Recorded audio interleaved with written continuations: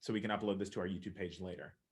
And again, like I said, for those that are joining now, if you guys don't feel comfortable being put on YouTube, you can go ahead and mute your video. Or if you're comfortable with that, you can stay on the screen. Next slide, Jordan. Okay, so before we begin, this is your opportunity to ask us any questions that you might have about the case, Teagan v. Powell. We do have a second version of or third version, I guess, of the case coming out, correcting just a few minor inconsistencies, I think, in the Holland Knight Declaration regarding dates. It's nothing major. We're not adding anything crazy. It's just some date inconsistencies. This is also your opportunity to ask us any questions about the new rulebook, the online format, or the new rules that you guys will be using, as we have strayed away from the Florida high school mock trial rules, and we're using the Sunshine State Showdown rules of evidence. And also additional tournament information if you guys are unsure about anything. This meeting will also be recorded, like I told you guys. And most importantly, this is our opportunity to help you guys answer any questions that you guys have. But also, if we miss something, there are so many different aspects to the online format. This is your opportunity to help us help you. If you guys have any questions that we haven't addressed at the very end of the meeting, we're going to be able to have those questions. If we miss something in the new rules, the new chapter of the rules that we added, we can add that based on what is discussed in this meeting. So that's what the purpose of this meeting is for. All right, so the major rule changes that came in with the new version of the rules. Before we get into the online rules, witnesses are now going to be receiving 2 scores for their performance, one on direct and one on cross. So their direct examination score will be separate from their cross-examination score. The timing for cross-examination and direct examination will be extended to 25 minutes.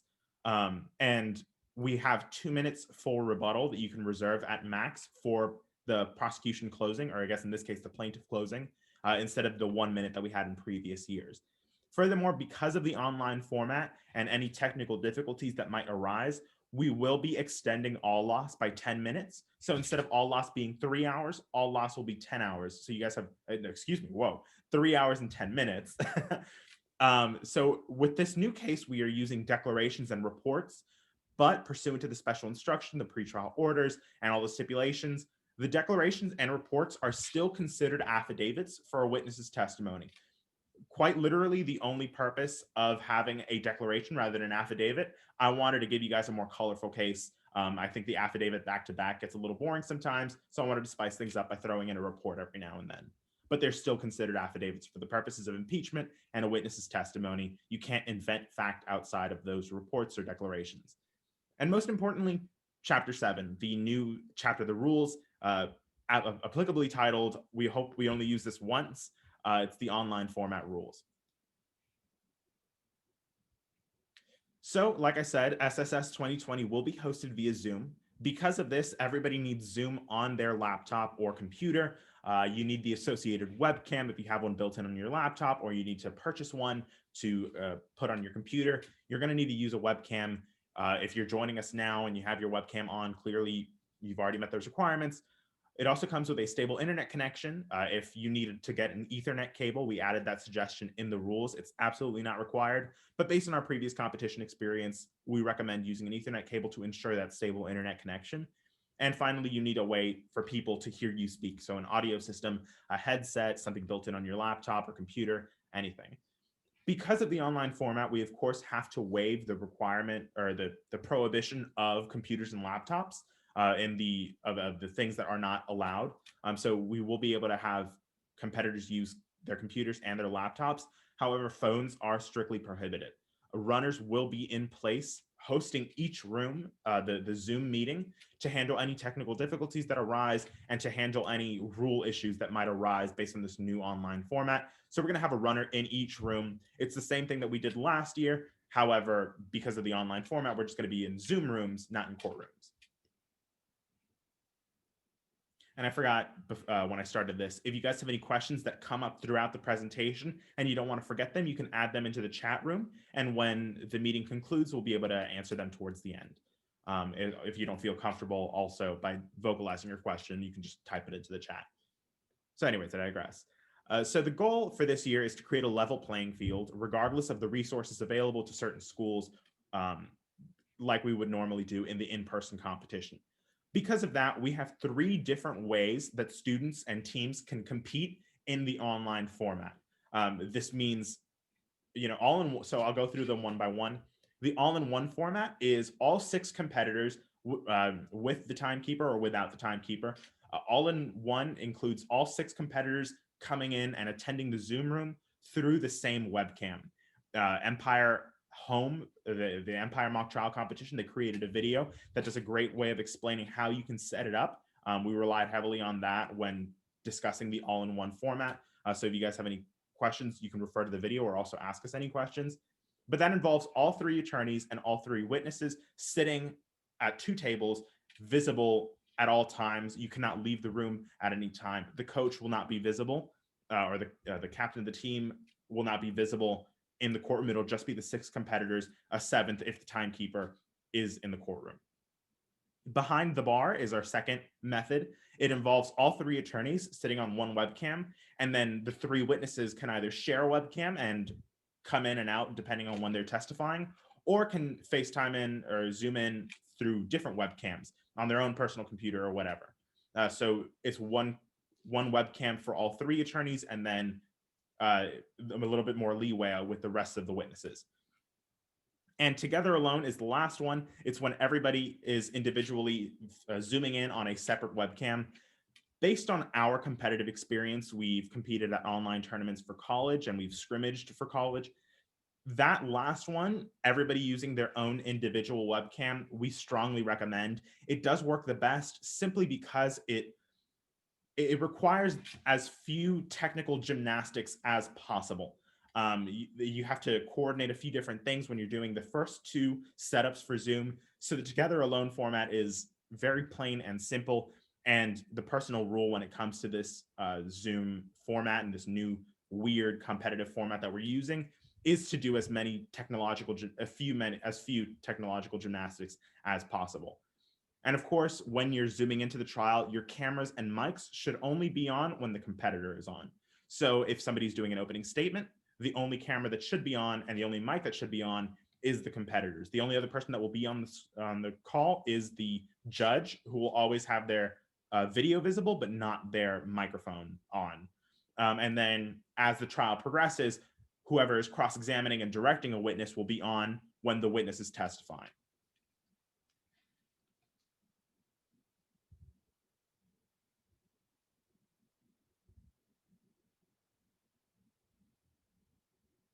And of course, because of the new online format, we do have some technical difficulties that might arise. Thank you, Jordan, for doing that. All right. So there are some special formatting rules that come with the Zoom format. First of all, you want to hide all non-video participants. I believe you can do that by going to, actually not quite sure. I think it might be in security or participants. But you want to hide all non-video participants. Do any of my fellow TDs know? Yes. Yeah. Yes. So if you go to the button that you would push to stop your video and you hit the little up arrow right on that button, you should see video settings. And then if you click on that button and just scroll down, it should have an option to hide non-video participants, which is something you'll want to do for each of the rounds. Thank you for that, Abby. As you can see, I'm still trying to get used to that. So yeah, you want to turn on hide non-video participants so that any spectators that are in the room, parents associated with certain teams, you want to hide those non-video participants so that they don't interfere with the round. We'll also be instructing all of the judges to do this as well. I think it's on the same viewing settings, Abby, the side-by-side view. Is that also in video settings? I believe the side-by-side view is if you look at the top of Zoom and you see, you'll see a green bar that says you're viewing Jordan Singer's screen. There should be a view options button right there. And if you click on that, you can press side-by-side mode. Perfect. Yeah. So if you guys want to go ahead and turn on side-by-side mode now, thank you, Abby. That's how we will also be operating on the Zoom whenever somebody shares a screen of an exhibit or demonstrative or anything like that. And if you guys have that turned on right now, I'll give everybody a moment to turn that on. You should see a column of the people attending in the meeting and a bar before you get to Jordan's share screen, and you can slide and adjust depending on how many people you want to see, how big you want the screen to be. So that is totally up to you guys. I think the rule of thumb that the college mock trial is operating under is you want to do halfway so that you can see as many people as possible while still not disturbing the view of whatever is being shared on the screen. So when for speeches, you want to turn on speaker view. That should be on the top right corner, where you can see view, and you can alternate between speaker and gallery view. So for speeches, you want the speaker view so that the opener and the closer is front and center. And then for the rest of the trial, you want to turn on gallery view so that everybody gets the same size screen when you're interviewing or direct examining or cross-examining the witness. Attorneys will be naming themselves P/D, depending on whatever side their name, and then John Smith, Jane Doe, whatever their name is. You can do that by hovering over your little screen where you're visible, and you can click rename after clicking the ... button on the top right of your little box. And you can change that and you can rename yourself accordingly. So for example, if I'm a plaintiff attorney, I would rename myself to P-Fernando Izquierdo. For witnesses, on the other hand, you only want to use the name of the witness himself. So Casey Teigen or Devin Powell. You don't want to say P-Casey Teigen or D Devin Powell. That's because you don't want to associate the witnesses with a specific side, even though everybody knows that the plaintiff will be calling those three witnesses, simply because witnesses will not say, I'm testifying for the plaintiff when they're introducing themselves. So for share screen specifically, everybody should have an electronic copy of the case packet downloaded on their computer. This is because we will have witnesses reference that electronic version of the case packet when evidence is being admitted. And you can only share the screen of the evidence after it has been admitted. This is normally because we don't want the jury members who are constructively sequestered, I guess, during the admission of evidence. They would not be able to see a document before it has been admitted into evidence. So you're only allowed to share your screen of evidence after it has been admitted. Affidavits, on the other hand, and reports and declarations will never be shared. You will have to ask the witness to refer to the electronic case packet that they have downloaded on their computer when you're trying to impeach a witness or refreshing their recollection. If for some reason the witness is unable to do that, then I guess the only alternative will be for the attorney to share the screen and say, okay, I'm looking at here, this line in your affidavit, this is what you said. However, because the jury will never normally have access to a witness's affidavit, we will not be sharing the screen, and we will never be sharing the screen as much as possible. And you can use the PowerPoint or PDF to share screen of evidence or affidavits. Based on our experience, evidence is best shared on PowerPoint. It's very simple. It's very in and out. Requires, again, as few technological backflips as possible. But if you're trying to share a screen with an affidavit and you maybe don't want to have the affidavit lined up on different slides of the PowerPoint, you can go ahead and share a screen of the witness's PDF. So the newest rule that I feel like we were going to have a lot of questions about is regarding demonstratives on the new online format. We are allowing demonstratives on the online format with very strict rules. This is because judges have a tendency to get bored when they're looking at their screen. It's because witnesses are not allowed to get off the stand and show a jury and point and things like that. So we want to allow the teams to use demonstratives in a very limited format. So PowerPoint is the only medium that you will be allowed to use. We'll get into some resources later, but you don't want to be using Prezi or Google Slides. You want to be using PowerPoint. You can highlight, outline, and enlarge certain portions of exhibits to direct the witness's attention to those specific things and allow the jury to get a closer look at a specific document. You're allowed to do those things. And demonstratives may only contain information contained in the case packet. Outside photographs and information are strictly prohibited. And prior to the start of trial, 30 minutes prior to the start of trial, the team with a demonstrative must share with the other team the demonstratives that they intend to use via email, or you can drag and drop into the Zoom chat. We want to be giving everybody equal access to the demonstratives that will be used. When you're preparing a demonstrative, you might have questions about whether or not it's going to be allowed. So you can email us at sunshinestateshowdown@gmail.com with your demonstratives, and we will tell you if you'll be able to use them or not. So we'll have some examples coming up, and we also have some examples in the case packet. Excuse me, the rule book. So in our online format, in our competition, it's about a poisoning case that happened when somebody drank a wine bottle at a rehearsal dinner. So this timeline, for example, might be something that you guys want to use when you are when you're having a witness testify. You can use timelines. Timelines are very simple, and all of the information in this timeline, each of the yellow boxes, is information contained within the witness's affidavit. And the way we avoid the facts not in evidence counsel testifying objection is we have each block of the timeline appear with the witness's testimony. So, for example, Genesis leaves the defendant a voicemail. That will only appear when the witness has finished testifying about the voicemail and nothing else is on the screen. So a timeline is something that you can use to talk about maybe the construction of the power plant at Winter Park. You can talk about Holland Knight's employment in the timeline. You can use the line graph of each of the SO2 being exposed into the atmosphere. You can use different timelines like that. Timelines are the very basic, minimalistic, simplistic demonstrative that everybody enjoys. This is another one. If you guys enter an exhibit and you want to blow it up and highlight a specific portion, you can do that. So here we have Exhibit 6, the meeting notes. And then I have blown up and outlined with a red line one of the portions where Casey Teigen writes that he or she votes yes. So those are things that you can do. You can blow specific portions of the exhibit up. You can also get a little creative with it. You can do symptoms of SO2 inhalation and write a bullet point checklist.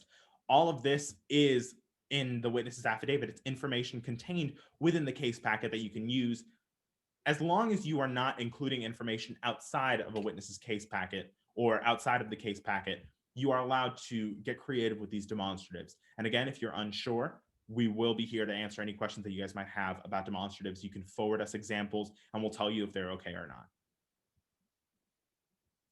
What is not allowed is to say that this is the power plant at Winter Park. You cannot use an outside photograph or outside information to show the jury. So you can't use something like this that's shared on the screen right now. And you cannot claim that, oh, this is the power plant at Winter Park. You can't do anything like that. You can only use information and exhibits contained within the case packet. So some resources for this online format. We strongly recommend that you guys look at the college competition. It's trial by combat. It was online this year, and you could see some of the demonstratives that the teams chose to use. There were mainly timelines, but blow up of exhibits, and you can get creative with those kinds of things, and you can get some ideas based on the trial by combat. One last time was a senior tournament that was hosted this year because our nationals case was canceled. So you can look at that. It's also online. All of the rounds were live streamed. Gladiator was live streamed this past year. That's the high school version of the trial by combat. All of it is on YouTube. We strongly encourage that you guys look at those videos to get familiar with the online format, get some ideas for maybe demonstratives that you might want to use. Again, like I said, Empire Mock Trial has created an Empire Home instructional video. If you're planning on having all 7 competitors present in the same room on the same camera, we strongly recommend that you look at Empire for some of those resources because they were very helpful. College Mock Trial even based a lot of what they were doing this year on Empire Home. You guys can use Canva. It's a free resource. You can make Mackenzie Curtis proud, throwback to the State v. Quinn Jacobs case last year. It's a free graphics design that you can convert into a PowerPoint if you feel like PowerPoint is pretty limited in its graphic design qualities. But again, my advice to you is the simpler, the better. You don't want anything too crazy. Try and use as few animations as possible simply because Zoom has a delay and it comes out very choppy. So the simpler, the better is the rule of thumb in my book. That's my advice to you. Just a note, if a demonstrative is not in accordance with the rules, the runner in the room will prohibit the use of the demonstrative. We don't want anything too crazy like that going on, so we will cut it out before before the trial actually begins. That's why you guys are going to be allowed to email us demonstratives if you want them approved beforehand. So we'll get back to you as soon as we email you guys those, once you email those demonstratives. And I think that covers most of what I had in this presentation, but now I'm going to open the floor to questions. Let me start with first the chat room. Okay. Okay, so we have a question. Should the objecting lawyer leave his or her camera on or off during cross or direct? The answer is yes, he should leave his camera on. So let's say Jordan is the witness and Jordan is testifying. I am directing her. She and me will be on the screen, but Abby will be cross-examining her. Abby should be on the screen as well. She should have her video on, but she will have her microphone off until she objects, when she would unmute herself and object to the line of questioning. And then Emily would be the judge, and she would just be video on, mic off. And when an objection is on the floor, she will unmute herself to overrule or sustain an objection. It's a good question. We have another question. Does the timekeeper need to have his or her camera on during rounds? No, the timekeeper can mute themselves and mute their video. We don't want them present on the Zoom's call when, or we want them present on the Zoom call. We don't want their video on when a witness is testifying or anything like that, but they will be typing time updates into the chat. So when somebody's doing their opening statement, for example, they can type into the chat, you have 3 minutes remaining, you have 2 minutes remaining, you have 1 minute remaining, 30 seconds. Same thing when witnesses are testifying, you have 10 minutes remaining for direct examination, a few minutes remaining for cross-examination. So the timekeeper won't have their camera on or their mic on, but they will be typing updates into the chat. So it's a good question. Oh, and just to jump in, because we got a couple other questions about timekeepers over email. So rules regarding who is timekeeping are the same as in a normal competition. Anyone who is on your roster who isn't competing in that given round can serve as the timekeeper, and you only need 1 per round. Yeah. If I could jump in on the first question about directs, crosses, who has their mic and video on. One thing that I've seen be particularly effective in the high school competitions that I've watched, the college competitions, is when you are an attorney sitting on and you're about to cross, you're listening to the direct for objections, I would recommend, it's totally preference, but I would recommend staying seated for those objections, not trying to stand up and move the camera, just simply unmuting yourself. That's the least awkward way to object on Zoom, as far as the things that I've seen so far. Yeah, thank you for that, Abby. In the rules, in the updated version of the rules, we do have a rule regarding standing. It's not so much a rule, more of a suggestion. It's exactly what Abby just said. We don't want to, because some people might not have the resources available to them, maybe they don't have enough space in their room. We don't want to make people stand, but from what we have seen, sitting during cross-examination and direct examination and standing during speeches is the best way to operate on Zoom. Of course, if you guys don't want to abide by that, if your coaches advise you otherwise, you can go ahead and stand during any examination. All right, so our coach is required to have their cameras on during the round, specifically if the team decides to go with the together alone approach. So the coaches will never have their camera on. I believe the only time they might have their camera on is before and after the trial concludes, but they won't have their camera on during the trial. It's sort of the same way that coaches cannot communicate with their students in an in-person round. We want to limit that kind of communication during a Zoom format. During a round, when an exhibit or demonstrative needs to be displayed on the screen, who is allowed to share screen? Great question. So for example, does the attorney who is performing the direct examination or cross-examination need to share his or her screen with exhibits or demonstratives, or may their co-counsel do it, even if another team member who is on the roster can screen share? Great question. So you can have, for example, the person who is not doing the opening or the closing statements, the middle attorney, can be the person responsible for sharing screens. When they're live, you can have the timekeeper share the screen. Any rostered member of the team can share the screen. It's preferable that you don't have the person who is actually performing share the screen, because they will be handling a little too many things at once. So it's a good question. Any rostered member of the team who is competing at that round can share the screen. You will be allowed to share your screen when the runner enables multiple share screen participants. For the purposes of impeachment and references to an affidavit for prior inconsistent statements during a cross-examination, will time be paused if the witness is taking excessive time to pull up their affidavit, or may they simply reference the affidavit the lawyer is showing them through the screen share? So you don't want to share the screen of the affidavit, and time will not be paused until until maybe 15 seconds has elapsed and the witness still cannot find the affidavit. You all want to have your electronic copy of the case open when you are competing, and when the witness is testifying, maybe the witness can scroll to their affidavit in preparation for cross-examination if they might have to fight an impeachment. But time will not be stopped until 10 or 15 seconds has elapsed. And it becomes clear that either the witness is trying to run out the time, or the witness simply cannot find the affidavit and the share screen will have to be enabled. Good And question. since we're not able to approach witnesses and show them what you're referring to in the affidavit, attorneys need to make sure they are prepared to direct a witness to a page number and a line number if that becomes necessary, so that we don't have to waste time waiting for someone to read through the affidavit and find the right page. Yeah. Another question, are demonstratives to be shared with opposing counsel, and can they be objected to? Yes. So 30 minutes prior to the start of the trial, when the judges move into the room, the teams will either drop their intended demonstratives into the team chat or into the Zoom chat, or provide an email where they can be emailed to the PowerPoint. So demonstratives will and must be shared with opposing counsel. All demonstratives are subjected to the Sunshine State Showdown rules of evidence and procedure. For example, if there is a demonstrative where with a damning quote from some irrelevant character, that quote can be objected to hearsay if sufficient foundation has not been laid to admit that quote into evidence. So everything is subjected to the demonstratives, the Sunshine State Showdown rules of evidence. And if an objection is sustained, then you will have to either take the entire demonstrative down or take that specific portion of the demonstrative down by blacking it over with a box or some other way.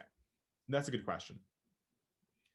Another question about timekeepers. Are timekeepers sharing exhibits, or is the attorney doing questioning responsible? Yeah, so the timekeeper, any rostered member of the team can share the screen. If you feel like the timekeeper maybe has too much going on with, adding and subtracting time, then you can have somebody else share the demonstrative. We typically have the timekeeper also share the screen. That is our recommendation to you. The timekeeper is typically the best person to share their screen with demonstratives or exhibits. Since evidence, and sorry guys, if the TDs want to jump in at any time to add anything that I'm missing. Since evidence can only be shared after they have been entered, do we still mention our intention to show opposing counsel or approach the witness? That's a good question. So we will instruct judges before the competition begins that because of the online format, you can't approach opposing counsel to show them an exhibit. So opposing counsel will be constructively shown all of the exhibits that you will be showing the witness. So that will be suspended in this online format. That's a good question. How will timekeepers from both teams compare the reported times? For example, will they share using a private chat? We will instruct all the judges when time is an issue. The timekeepers will be typing their updates into the main chat. So we don't want timekeepers privately messaging each other. They'll be using the main chat so everybody can see what's going on if there's any discrepancy with the time. Also, how would recesses or conferring with co-counsel work via Zoom? Good question. If you want to confer with co-counsel, you can privately message them in the Zoom chat. I forget, there are too many competitions that I'm familiar with. Recesses, if you take a recess between the case in chief, between the plaintiff case in chief and the defense case in chief, we will move everybody out into the breakout rooms. So everybody on the plaintiff side will be, and all the coaches and the spectators associated with that team will be moved into one breakout room. And all the defense attorneys and the defense timekeeper, spectator coaches will be moved into the other the other breakout room, excuse me. So that's how recesses would work. But you don't confer with co-counsel in a breakout room. You will confer with them private message. What are the round times? Is it possible for a student to be an attorney? Okay, so 2 questions, I think. What are the round times? Let me pull that up. Let me see here. I don't quite know the round times yet. I'm not having that memorized closer to the competition. However, right While now, you pull that up, generally though, rounds are happening one after the other. So you will be plaintiff one round, defense the next round. There won't be overlap. So you can have members of your team on both sides of the case. oh, thank you for that, Emily. Yeah, I didn't see the second part of that question. Yeah. So round times. So opening ceremonies will start at 8 a.m. on the 7th, November 7th. That's the Saturday. You will break out into your each individual courtroom at 9 a.m.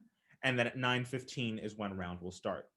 Lunch will be at 12:15 or whenever the round one ends, and then you will break out into the second courtroom at 2 p.m. And then round two will start at 2:15 p.m. And on Sunday, you guys will also be shared this in the tournament packet, but just to go over it, 8 a.m. So the time opening ceremonies start on Saturday. Sunday, 8 a.m. is when you break out into each individual courtroom. 8:30 is when round starts. 11:30 is lunch. 1 is break out into the courtrooms. 1:15 is the fourth round. And then as soon as possible, closing ceremonies will start. And then, like Emily said, if you're a plaintiff one round, you could be a defense witness or a defense attorney for another round. The rounds will not overlap. What is the protocol for technical problems? Good question.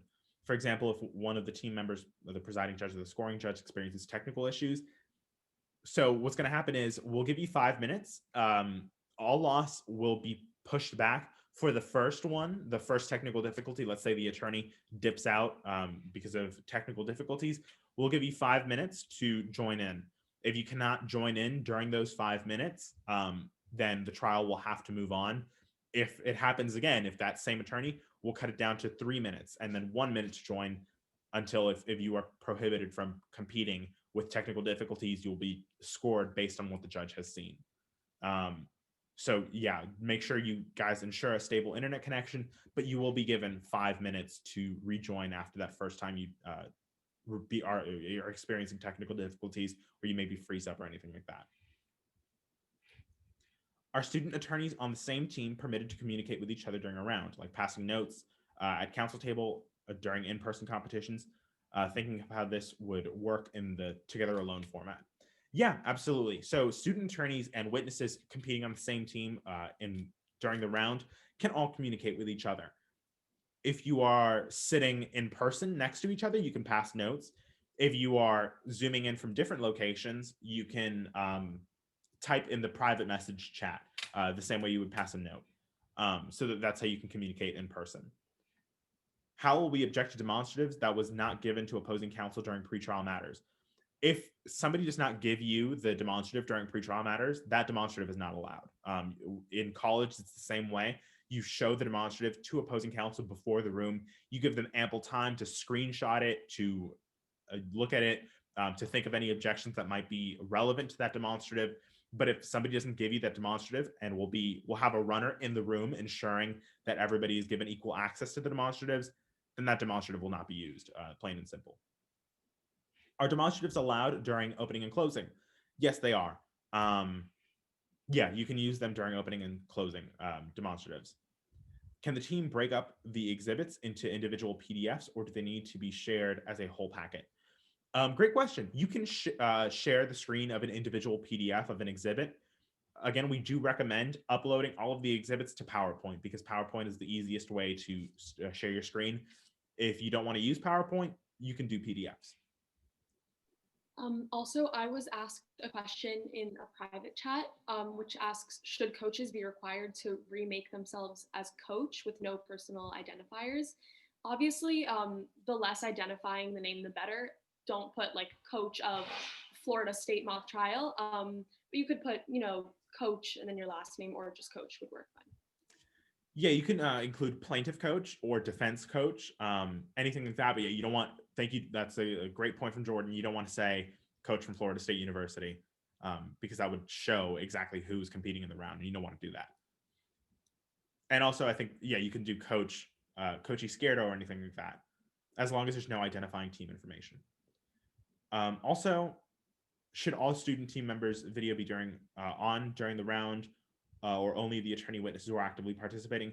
Yeah, so only the people who are actively participating during that portion of the trial will have their video and their microphone on. Witnesses will have their video and microphone on when they're testifying. And the directing attorney will have their camera and mic on. The cross-examining attorney will have their video on, but will only unmute themselves when they have an objection. And of course, when they're cross-examining. So yeah. On that point, I would strongly recommend watching. They are all on YouTube, available for streaming. The One Last Time college mock trial competition. It's one of the only competitions I know of that's taken place over Zoom and is a team format. So I would strongly recommend watching a few of those rounds, especially the later rounds. There's a final round that I would recommend watching because it does give you a good example and idea of how team members will be putting on their video, will be putting it off, will be muting themselves, things like that, just how the procedure works for Zoom. Yes. Thank you for that, Abby. So for together alone format, do witnesses need to appear in separate screen one at a time during plaintiff case in chief, or do all three witnesses need to be on separate devices? So for together alone, you can have all three witnesses will be zooming in from separate devices. The instance which a webcam can be shared with three witnesses is the behind the bar format. So you'll have, let's say me, I'm the first witness that's called. Once I'm done testifying, I'll turn off my video, get up out of the chair, and then Abby, if she's the second witness, she'd come to sit down and turn on the video, and it'd be the same device. We don't want to restrict, the purpose for all these three different Zoom formats is because we don't want to force anybody to compete in person during the midst of an international pandemic. We want that option to be available to you guys. If you guys are comfortable meeting in person, please get tested beforehand and social distance and all those good things. But we don't want to force anybody to do a specific format. I believe that's all of the questions that we have in the chat. If anybody has others, you can type into the chat. So I guess I'll open the floor up now to anybody that has questions that they want to ask verbally. Fernando, will this be an open tab room? And if so, how will that process work? Yes, thank you. That's a good question. So we're going to have, I believe tab will be in the same room that opening ceremonies occurred in. So once everybody breaks out, we will have, Emily will be running tab in the same room as the opening ceremonies. It will be open tab. So after each round, you can go check your ballots with the exception of the fourth round, because that's right before the closing ceremonies. And regarding pairings and postings, what time and where would we look for that? So you will be, oh gosh, I think emails, we'll send them out on email. We'll also post them on Facebook and Twitter. And that will be during the lunch break between the two rounds. So hopefully we'll be able to give you guys at least 30 minutes before the round begins to look at who you're competing against and do all that hidden power matching that goes on behind the scenes, and to figure out maybe where you are in the bracket or anything like that. And will that be the case for the first round also, or will we receive that the night before? So during opening ceremonies, we will draw names out of a hat. Okay. So we random pair during opening ceremonies. Yeah, essentially we'll be sharing the links to Zoom courtrooms the same way we would have been sharing or announcing the courtroom numbers that teams would have been competing in. So it'll be announced through the same format. And then one additional question for me, and you may have covered it, I just might not have understood. I know that we're not obviously approaching the witness or opposing counsel, but since evidence can't be displayed until it's already been introduced, when we're asking questions to authenticate for foundational purposes, are we just orally kind of reciting where the witness should be looking at that to answer those questions? Yeah, so the procedure would be, let's say you're, Ms. Teagan, if you could please refer to the electronic case packet that you have downloaded on your computer, scroll to page whatever, exhibit whatever. Are you familiar with this exhibit? And once the witness says, I have the exhibit in front of me, you can ask the foundational questions. You can ask then to admit it into evidence, and then you can share your screen. Yeah. Any other questions?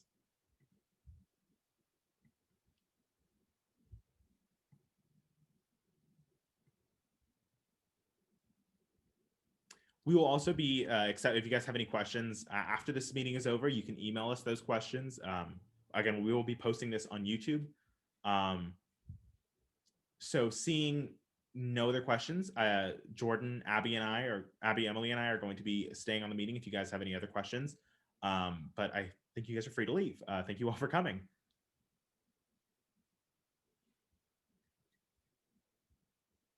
Thank you. Thank you very much. Absolutely.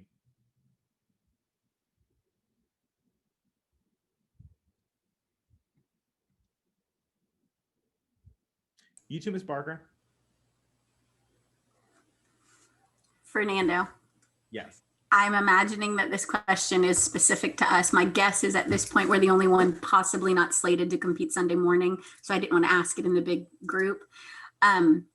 Would you feel comfortable just explaining to me what you think or have decided as far as scoring?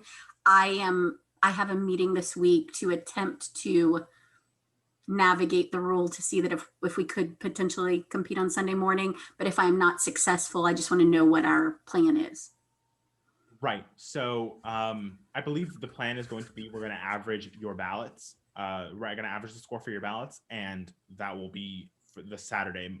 So for the Sunday morning round that you cannot compete in, we will average the scores from the ballots and put them into that ballot per se. And you just have somebody prepared as a buy buster team to kind of sub in so it doesn't mess up the. Right. We'll have a buy bus team organized, or if we have an uneven number of teams and then you are not competing on Sunday morning and we have an even number of teams, then there will be no need to have a buy bust.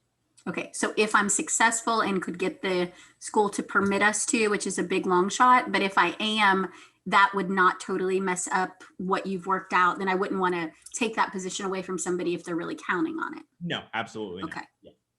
Okay, thank you. No, absolutely. So let me stop recording.